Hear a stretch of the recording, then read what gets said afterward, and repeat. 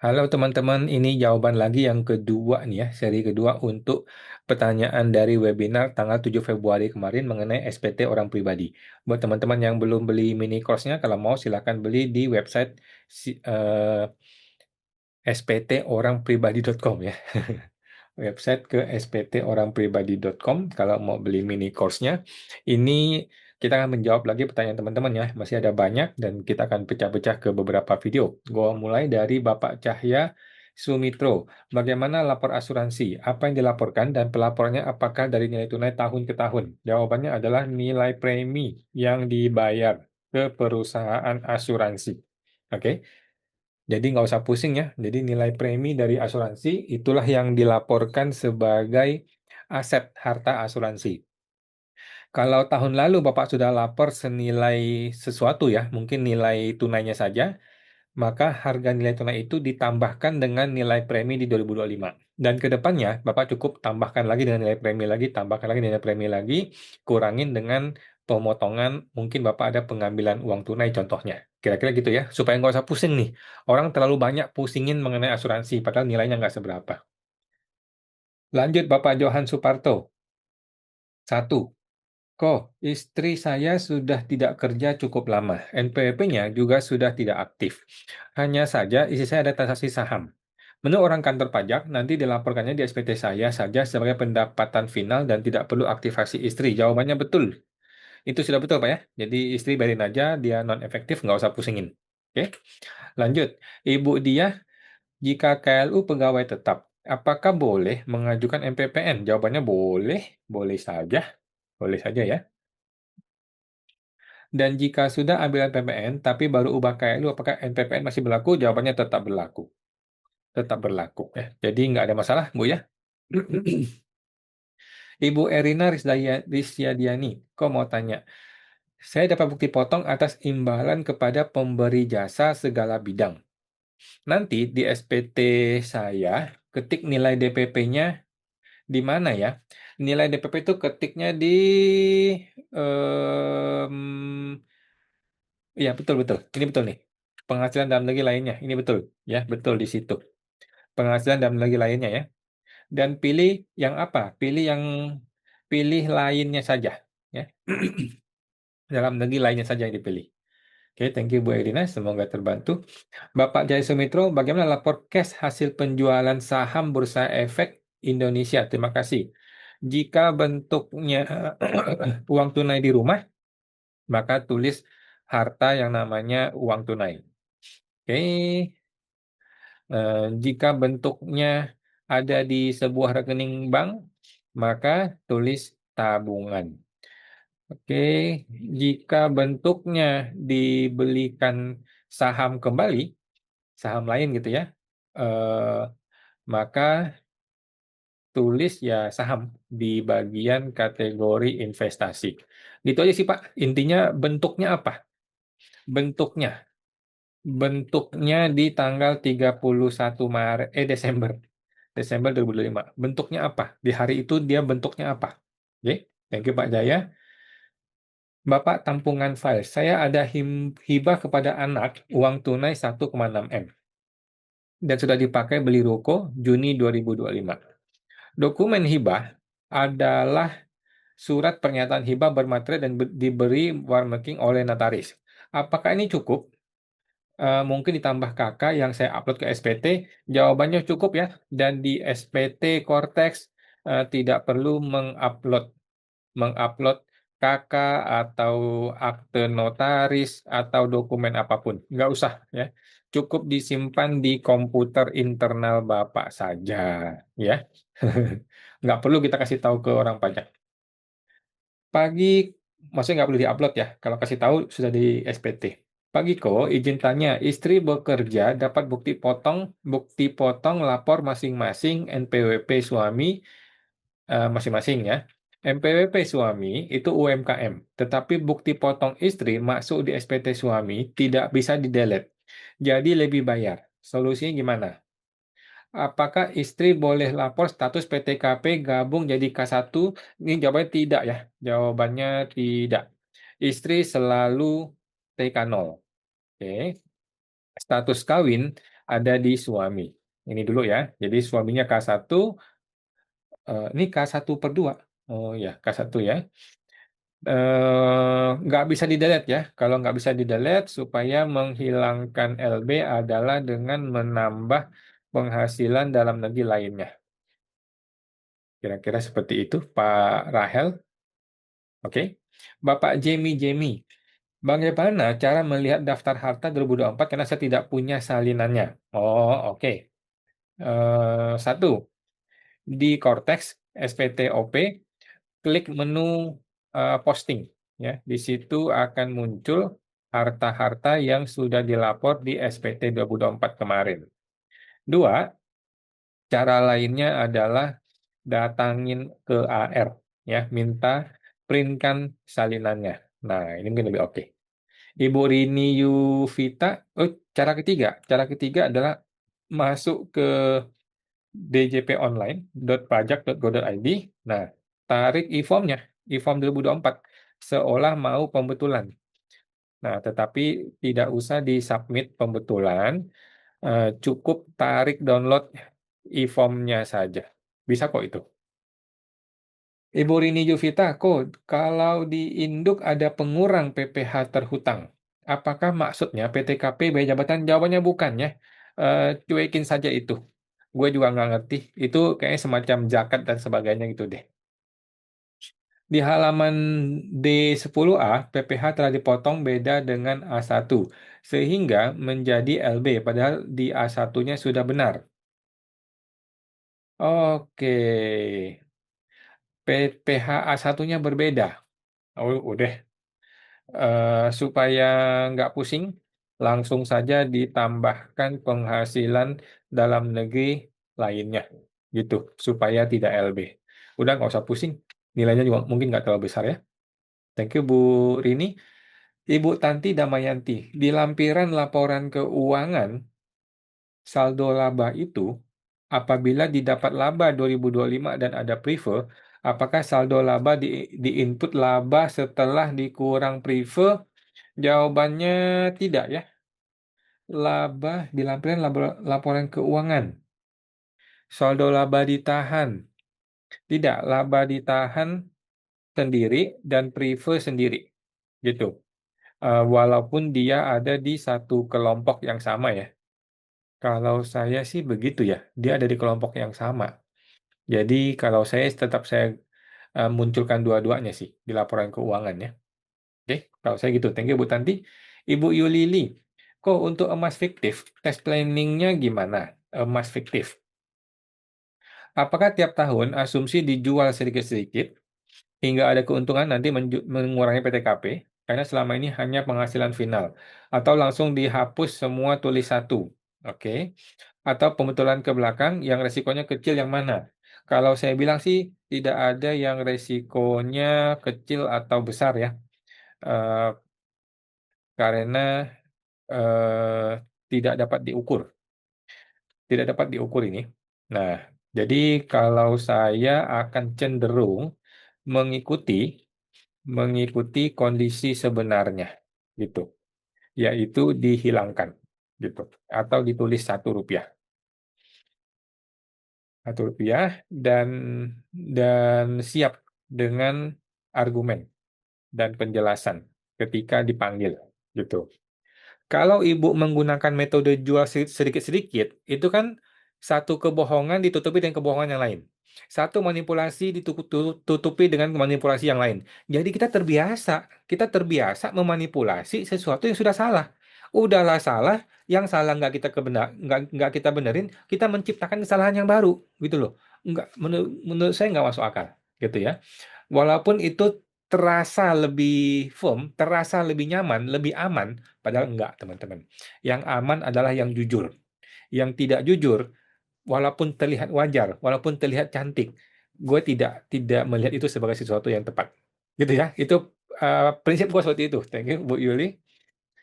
Bapak Dadang Sulaiman. Kalau setelah klik posting, muncul harta salah, tapi tidak bisa dihapus, bagaimana solusinya? Oke, jawabannya coba cek kembali, Pak. Seharusnya ada tombol untuk hapus kok. Sudah ada kok ya. Coba ini, layar laptopnya jangan kecil, maksudnya digedein gitu ya. Gua rasa mungkin seperti itu, coba diperbesar. Kemudian kalau masih tidak bisa, itu kemungkinan karena korteksnya yang error. Oke, tinggal diulang lagi, coba lagi. Bapak Dwi, kok penghasilan TTD gaji bukti potong A1 ditambah fee konsultan. Fee-nya lebih besar daripada gaji. Apakah sebaiknya pakai NPPN? Jawabannya sudah pasti ya, pasti wajib NPPN. Eh, ini adalah fee konsultan, artinya pekerjaan bebas. Maka lebih baik pakai NPPN 50%. Jadi beres. Thank you Pak Dwi. Bapak Pungki Rahma, Ibu ya, HP atau laptop atau barang elektronik yang tadinya bernilai tinggi terus sekarang rusak. Oke, atau tidak berfungsi sama sekali dan tidak dipakai itu ngisi di SPT-nya gimana? Nah, kalau saya sepanjang tidak dijual, maka tetap ditulis kembali di SPT ini mengikuti isi SPT tahun lalu.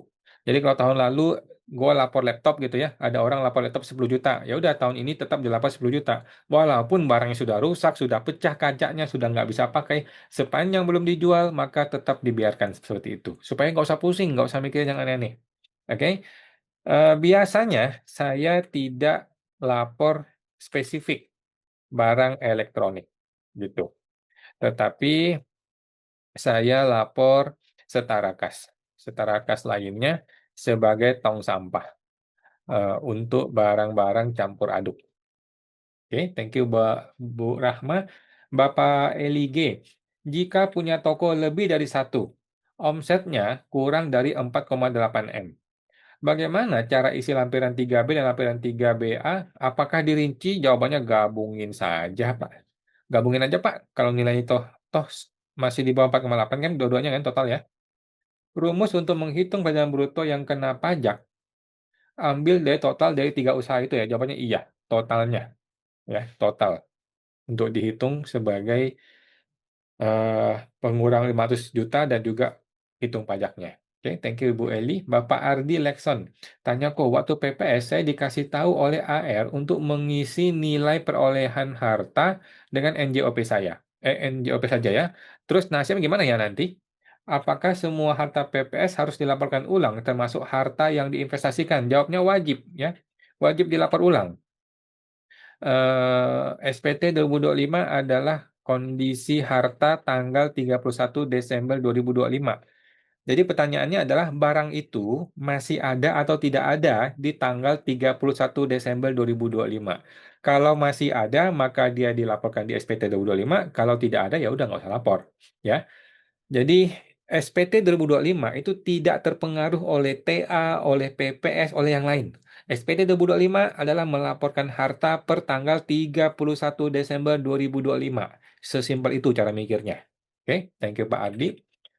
Saya mau buat pembetulan karena salah menuliskan nilai harga sekarang dari harta. Karena petugas pajak tidak memberitahu saya. Setelah saya lihat video pajak smart ternyata salah. Apakah ada masalah kalau mau pembetulan? Oke. Jadi gini Pak, tidak masalah untuk pembetulan, ya silahkan saja. Namun saya lihat Bapak sudah benar, gitu lah, sudah benar. Menulis NJOP ketika PPS dan sudah dibayar pajaknya, ya sudah, ya sudah, itu sudah benar, gitu loh. Nggak usah pusing lagi, nggak usah dipikirin lagi, gitu loh ya. Karena PPS sudah dikunci, sudah selesai dan udah nggak usah dibahas lagi mengenai PPS. Apa yang dilapor di PPS itulah yang Bapak laporkan sekarang sebagai harga perolehan. Nanti harga saat ininya adalah harga NJOP dan nilainya sama ya udah nggak apa-apa. Nah, memang begitu PPS sudah dikunci kalau PPS ya sudah selesai. Ibu Sylvia Arianto, kok mau tanya, jika uang suami dititipkan di rekening saya sebagai istri, bagaimana pelaporannya ya di SPT saya dan SPT-nya suami? Kondisinya saya dan suami lapor sendiri-sendiri. Oke. Satu, harus diputuskan. Harus diputuskan berdasarkan kesepakatan bersama. Uang itu mau diakui sebagai milik siapa? Oke. Nah, dialah yang harus laporkan di SPT-nya, gitu ya. Walaupun atas nama istri atau orang lain, nggak apa-apa. Jadi si suami istri mesti bersepakat, uang ini yang ada di rekening istri mau diakui punya siapa. Kalau mau diakui punya istri ya udah jadi punya istri. Kalau kalau mau diakui sebagai punya suami ya boleh juga lapor diakui sebagai hartanya suami, tetapi di kolom nama pemilik ya tulisnya nama dokumennya adalah nama istri gitu. Nggak ada masalah sebenarnya. Oke, yang penting cocok dengan penghasilan. Thank you Bu Sylvia. Ibu Yanti Bang, Pak Wan, kalau istri saya ya nggak pernah isi SPT bertahun-tahun gimana? Oke, kalau langsung isi tahun ini dan akui aset banyak, nanti langsung dianggap penghasilan tahun ini dan kena pajak. Iya betul. Betul bisa begitu ya. Kalau hartanya banyak, alangkah baiknya dia lapor mundur gitu ya, 2024, 2023, 2022 dan seterusnya, seterusnya sampai tercapai kewajaran antara penghasilan dengan kenaikan harta. Gitu sih Pak, lebih aman begitu. Thank you Pak Yanti, Ibu Yanti Bang. Ibu Erli Lin, Erli LSN. Ini tentang asuransi kesehatan yang sejak 2009. Baru dilaporkan di SPT 2016 waktu TA dengan nilai 72 juta. Sejak itu tidak pernah lagi update di SPT tahun berikutnya. Oh, angsuran 10 kali sudah selesai di 2019. Oke. Untuk nilai polis per 31 Desember adalah 25 juta. Oke. Untuk lapor SPT 2025, angka mana yang tulis?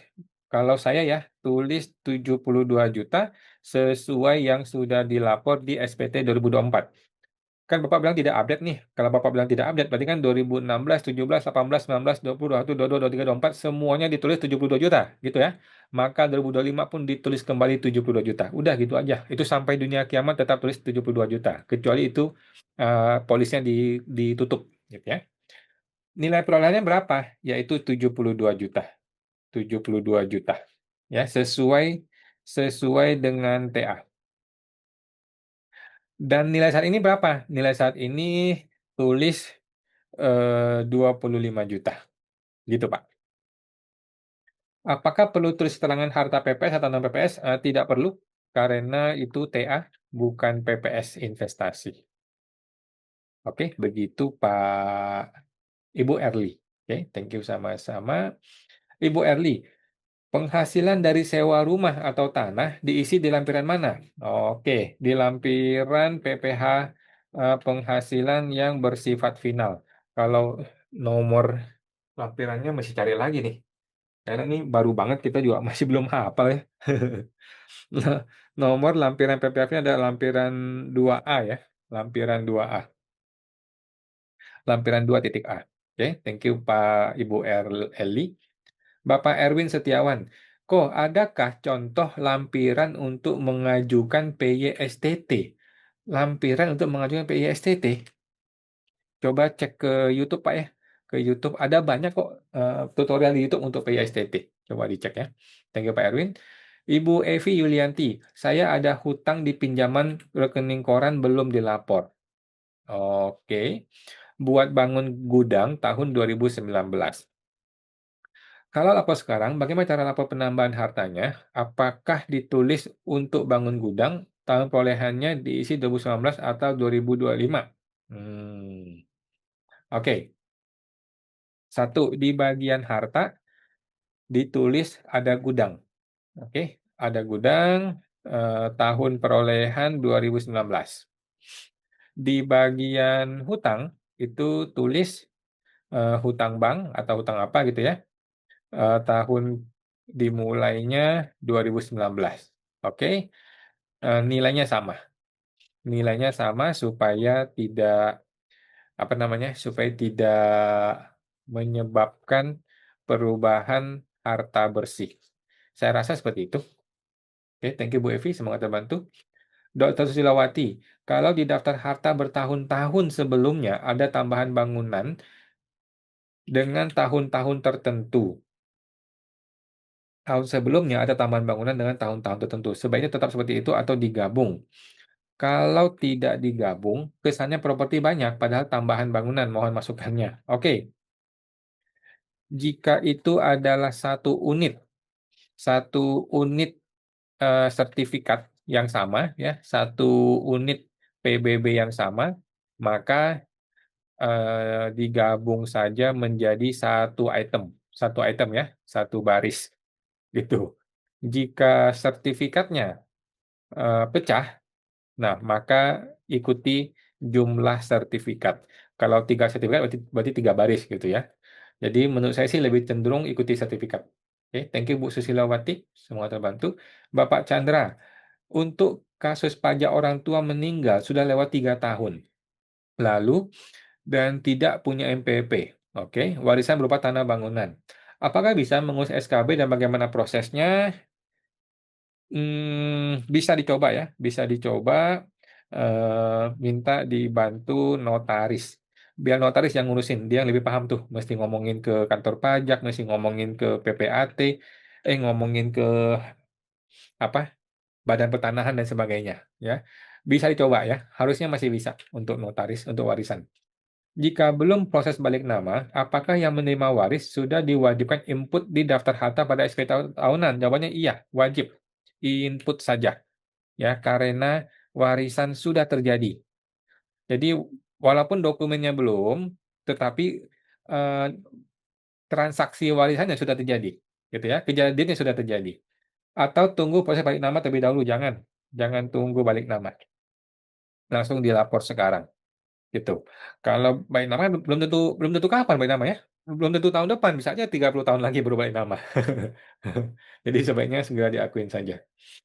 Bapak Ibu Nancy, saya print ke PDF ditulis kok kecil sekali ya. Kalau dibesarin jadinya kepotong. Oke. Di video tutorial ada caranya ya, yaitu di blok dahulu yang mau di print.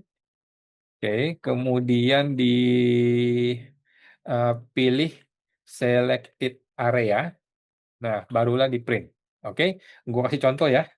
Ini adalah formulirnya ya. Nah, yang titik-titik ini di blok, kemudian taruh ke bawah, paling bawah. Nah, gue tinggal paling bawah ya, putar ke bawah, ke sini. Kemudian pencet Shift, kemudian klik di sini ujung. Jadi kan sudah blok nih, sudah kita blok mana yang mau di print kan, Ctrl P. Nah, ini current sheet-nya, pilih selected cell. Nah, udah begini, printnya nih, dapat nih. Ya kan, paper size-nya pilih folio, dapat tuh kan? Oke, dapat ya. Jadi pilih selected cells. Oke.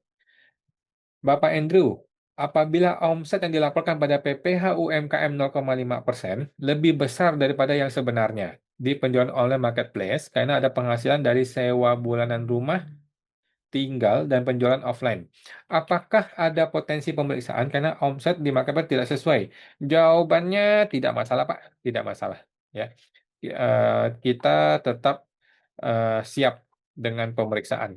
Tetapi maksud saya tidak perlu Bapak berusaha mencocok-cocokkan antara nilai yang kita laporkan dengan nilai di marketplace. Karena nggak ketemu juga cocoknya berapa gitu ya. Nggak perlu. Tetapi kalau nilai penjualan Bapak lebih kecil daripada marketplace, nah ini potensi gitu kan.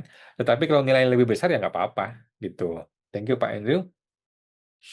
Ibu Dewi Maharani, kalau kita ada bunga tabungan atau investasi dari luar negeri, bunganya menambah penghasilan lain dari luar negeri, jawabannya iya.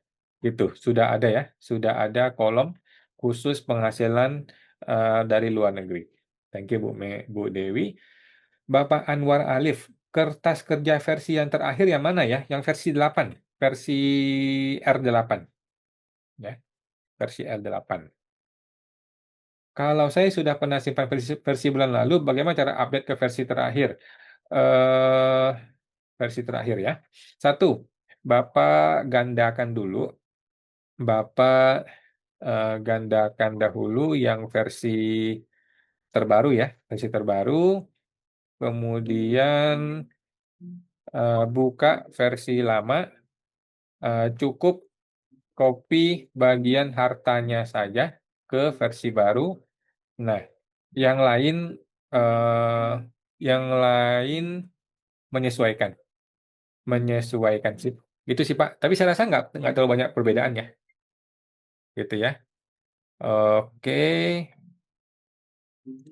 Bapak Anwar, thank you. Ibu Verawati Lolo. Izin tanya, kalau selama ini suami istri melapor sendiri-sendiri sebagai single, ya. Kemudian 2025 ini mulai memilih terpisah. Apakah akan mempengaruhi pelaporan sebelumnya dan akan jadi pemeriksaan? Perlukah pembetulan atau lanjut saja? Menurut saya move on saja. Move on saja, tidak perlu pembetulan, lupakan yang sebelumnya. Jika suatu hari dipanggil, maka kita siap saja gitu ya. Kita siap dengan segala konsekuensinya. Udah nggak usah pusing. Emang kalau mau dibetulin, Ibu mau betulin apanya? Mau bayar pajaknya? Kan sayang banget mesti bayar pajaknya padahal belum tentu kena. Gitu ya. Thank you Bu Vera, sangat terbantu. Bapak Rudi, lampirannya diklik di mana ya kalau kita mau isi lampirannya? Oke, satu, Bapak perlu eh, menggandakan ya, menggandakan filenya dengan klik menu file, kemudian create a copy. Nah, supaya file itu menjadi milik Bapak di Google Drive internal Bapak, ya. Jadi kayak begini, kalau teman-teman mau mengedit langsung nggak bisa nih. Ini harus diklik file, kemudian klik make a copy, barulah taruh di Google Drive-nya teman-teman sendiri. Oke, begitu. Kita lanjut. Bapak Edi, harta dimasukkan di setara kas berupa stok dagang, piutang, alat hobi, dan lain-lain. Oke, by the way ini Pak ya, mohon maaf nih. Stok barang sudah ada kode khusus ya, kode khusus di harta, jadi tidak bisa lagi dicampur ke setara kas. Kalau beli kendaraan bekas, nama orang lain, KTP-nya kita tidak punya. Kita ganti dengan KTP kita karena aset tersebut sudah punya kita. Nggak apa-apa, Pak. Mobil bekas, nggak tahu nicknya, nggak apa-apa. Hajar saja, tulis KTP diri sendiri. Gitu. Udah, nggak apa-apa. Oke, Pak Edi, thank you. Ibu Rudi, Bapak Rudi. Lampirannya diklik di mana ya? Kalau kita tidak mau kita isi lampiran di konteks langsung, kalau kita mau isi lampirannya di konteks langsung. Maksudnya di konteks langsung. Oke, di konteks langsung ya. Di konteks langsung masuk ke YouTube ada tutorial saya. Ada tutorial awan. Sudah ada di Pajak Smart ya. Itu lengkap sih. Oke, thank you Pak Rudi. Ibu Lili, Pak mau tanya, untuk asuransi Indolife itu dilaporkan sebagai tabungan atau sebagai asuransi? Asuransi Indolife itu dilaporkan sebagai tabungan atau sebagai asuransi? Jawabannya asuransi ya. Dan untuk penghasilan Indolife, jawabannya asuransi ya. Jawabnya asuransi. Oke. Dan untuk penghasilan dari Indolife dilakukan sebagai penghasilan apa dan dikenakan pajak berapa persen ya Pak? Oke. Opsi satu ya. Opsi satu, lapor sebagai penghasilan dalam negeri lainnya, bayar pajaknya, kena PPh orang pribadi progresif. Ya, nanti ikuti halaman induk. Nanti induk akan menghitung otomatis. Opsi kedua adalah lapor sebagai penghasilan yang tidak termasuk objek pajak. Itu ada yang namanya kategori yang namanya asuransi dwiguna. Kalau mau lapor di sana ya, tidak kena pajak. Ya, namun agak resiko. Thank you Bu Lilik. Ibu Herlin, setelah webinar ini selesai, apakah dapat dibuatkan daftar aset yang kena pajak final dan tidak final saat aset tersebut dijual? Ulang-ulang. Apakah dapat dibuatkan daftar aset yang kena pajak final dan tidak final saat aset tersebut dijual? Hmm, oke. Ibu tinggal lihat di lampiran ini. Di lampiran PPh final di SPTOP. Di situ ada daftar apa saja yang kena PPh final. Gitu sih ya. Oke, coba ini mesti saya ganti warnanya jadi ini dulu ya. Nah, gitu ya. Jadi Ibu tinggal masuk ke sini, masuk ke PPh final itu ada di lampiran, mana dia lampiran final? Lampiran 2 bagian A. Oke, lampiran 2 bagian A. Lampiran 2 bagian A. Yang ini. Nah, ini nih, di sini. Nah, ini dia. Ini adalah daftar-daftar apa aja yang kena PPh final. Oke? Thank you Ibu Herlin. Bapak Ridwan, pagi kawan, anak saya selesai studi, pernah kerja di luar negeri selama 1 tahun, belum punya NPWP. Lalu pulang ke Indonesia Maret 2025, lalu langsung kerja di Indo, baru punya NPWP. Apakah penghasilan luar negeri tersebut dilaporkan dalam SPT? Oke. Eh, kalau mau aman, laporin sajalah, ya, laporin saja. Mungkin tidak terlalu besar ya, gitu. Dan harta yang terbentuk juga tidak banyak. Gitu. Saya rasa kalau mau aman biar nggak usah pusing, laporin aja. Thank you Pak Ridwan. Bapak Erianto, saya cek bukti potong di kotak saya kok ada yang double ya Pak untuk masa pajak yang sama dan dari instansi yang sama dengan jumlah angka yang sama. Oh, semua sama, hanya nomor bukpotnya saja berbeda. Apakah ini akan terpengaruh ke isi konteks? Oke, satu, jika bisa dihapus, maka hapus yang menurut Bapak adalah salah. Dua, kemungkinan itu adalah bukti potong pembetulan. Jadi walaupun double, tetapi salah satunya adalah statusnya batal. Nah, sehingga nilainya nggak dihitung. Kalau begini maka sudah betul. Jadi nggak usah diapa-apain lagi kalau udah begitu. Gitu sih Pak ya. Nah, jika memang benar-benar double dan tidak bisa dihapus sehingga merugikan Bapak, maka ditunda dahulu. Tunda dahulu, coba komunikasikan dengan si penerbit ya, penerbit Bupot. Nah, atau tanya AR gitu. Sementara seperti itu boleh ditunda dulu deh. Jangan-jangan konteksnya yang salah. Oke, thank you Pak Erianto. Oke, teman-teman, kita lanjutkan lagi ya ke video berikutnya. Ini sudah setengah jam. Kita akan bikin lagi video berikutnya untuk menjawab pertanyaan teman-teman. Bagi yang mau bergabung ke mini course SPTOP, boleh juga ya ke sptorangpribadi.com. Oke, teman-teman, sampai jumpa. Semoga terbantu.